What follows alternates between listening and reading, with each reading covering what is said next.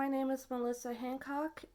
This is my midterm project for theater appreciation. I did my midterm project on a look into Kabuki Theatre. Kabuki is Japan's classic dance drama.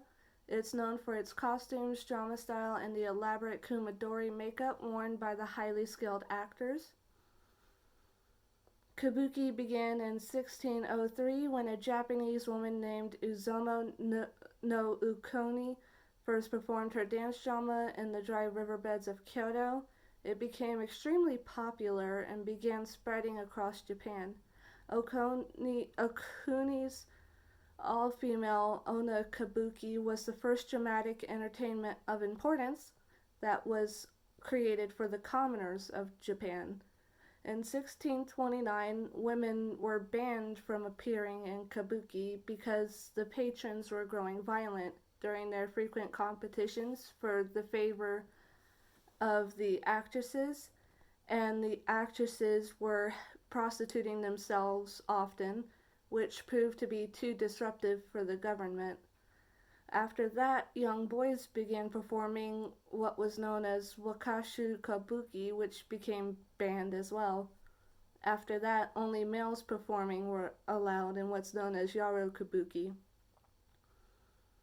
The male actors in yaro kabuki also became prostitutes for both male and female customers. Onagata roles, which is men playing as women, followed suit and also became banned in the same century, in 1642. Eventually, though, that ban was lifted in 1652. The most important pieces of kabuki theater include the music they play, the costumes, props, and language. One of the most notable of characteristics is the mie. The mie is a powerful or emotional pose that is struck by an actor, typically in arigato kabuki. Their eyes are as open as possible, and if they're meant to appear angry, their eyes will be crossed. Typically, there are 2 kabuki shows a day, with each lasting about 4 hours. The jo, or first act, is slow and it introduces the characters, while the ha, which is acts 2 and 4, lead to the dramatic ending of the show. Usually, a kabuki show is just the most important section of the story, and the plays typically feature love, moral conflicts, or historical events. Makeup in kabuki theater is one of, in my opinion, the most important parts, as it allows the actors to feel closer to their roles. The kumadori emphasizes the muscles and the veins of the face to evoke truly dramatic expressions. Red makeup represents passion and power, while blue is negativity or jealousy.